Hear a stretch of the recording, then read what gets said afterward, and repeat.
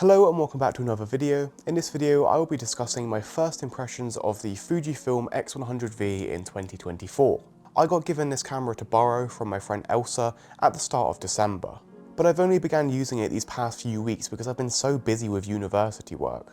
But with just a few weeks of use with this camera, I can feel like I can comfortably say how I feel about it now.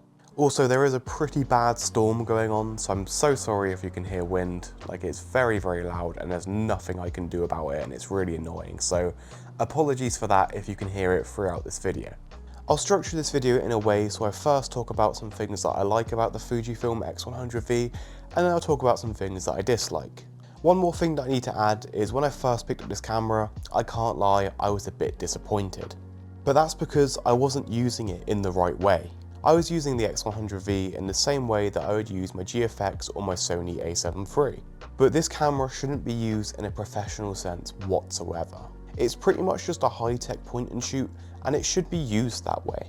Yes, you do have full manual control over the camera, and it can be used the same as basically any other Fujifilm camera, but it really shouldn't be used like that. It should just be used as a point and shoot from my personal experience.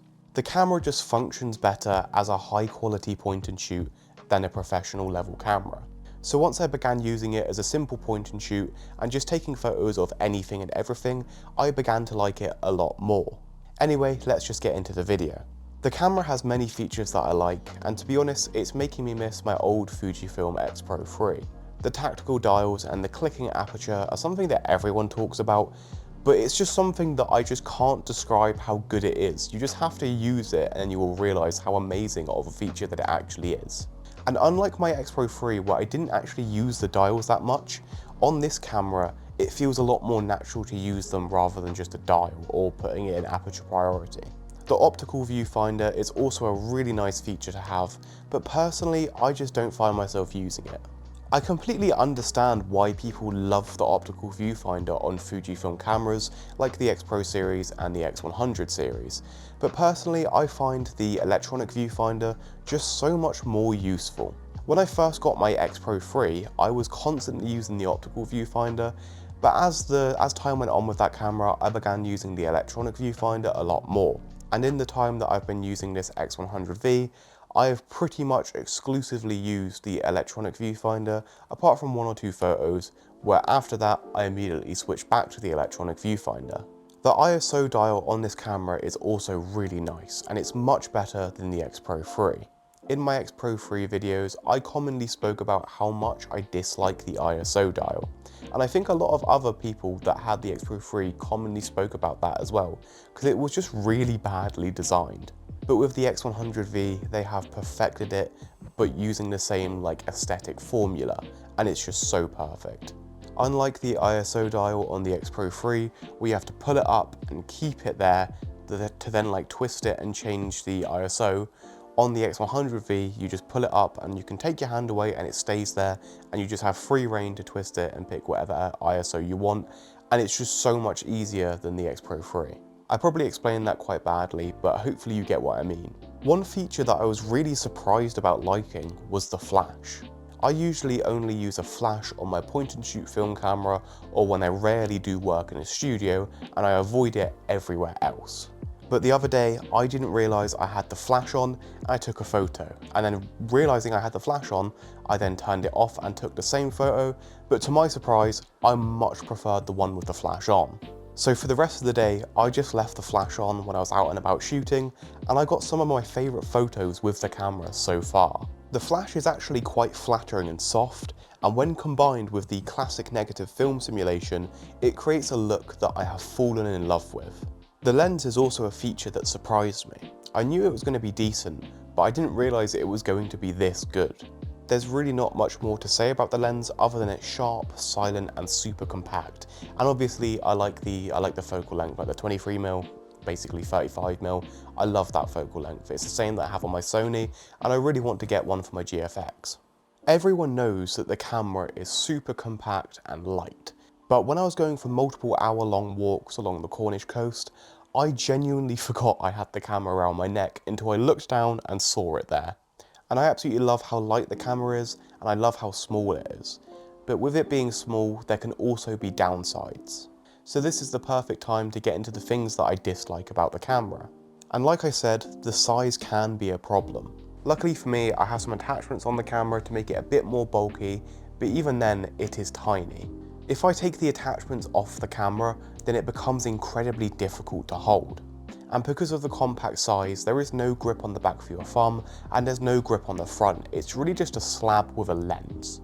But luckily, the camera is super light, so that does help with the lack of grip. But the compact size doesn't excuse the lack of a grip.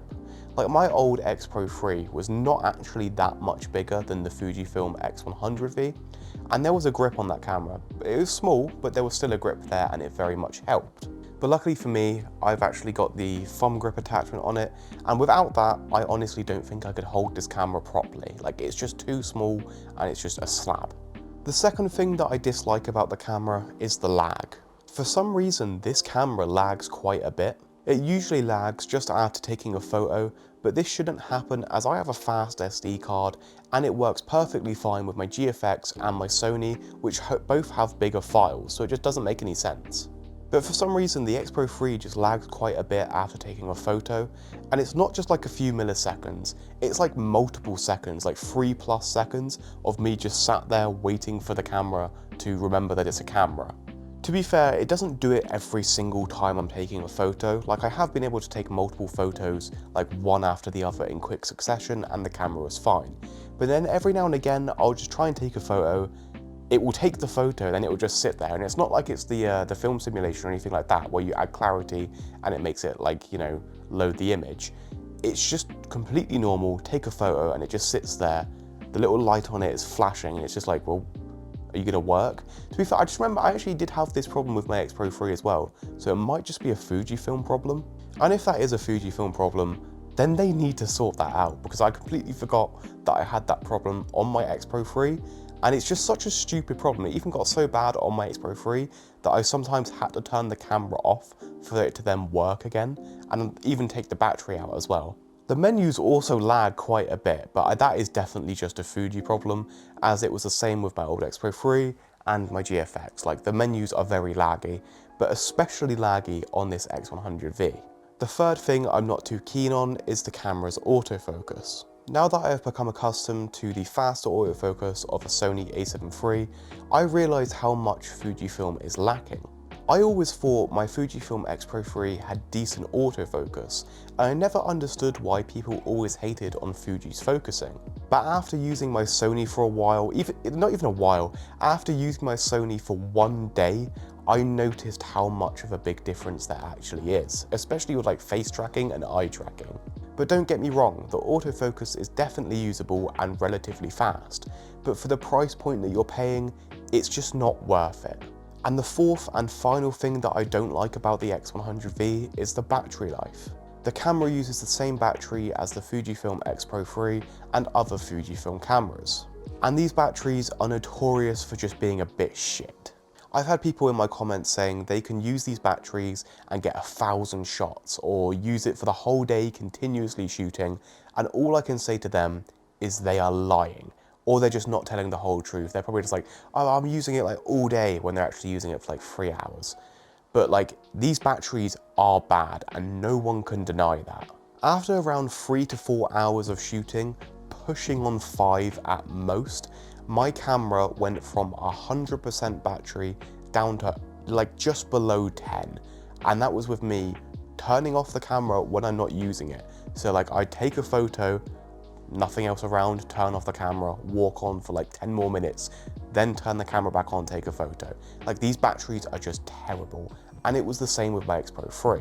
And it isn't even like that this specific just one battery here has like a bad battery life on it.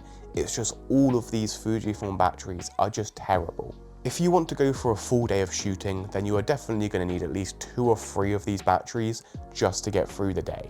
Like, Fujifilm really need to work on these batteries, or just add the other batteries that are in like the X-T4 and X-T5, because I've heard that those ones are actually really good.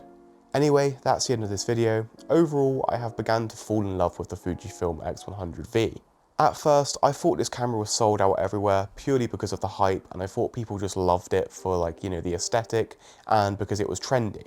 But now after using this camera for a bit, I realised that it's popular also because it is just a good camera. I wish I could own one myself, but that probably won't happen anytime soon. I don't think I have this camera for that much longer, but I'm going to try and make at least 1 or 2 more videos about this camera before I have to give it back to Elsa because I'm just loving it so much. Anyway, I hope you've enjoyed this video. I'll see you in the next one. Goodbye.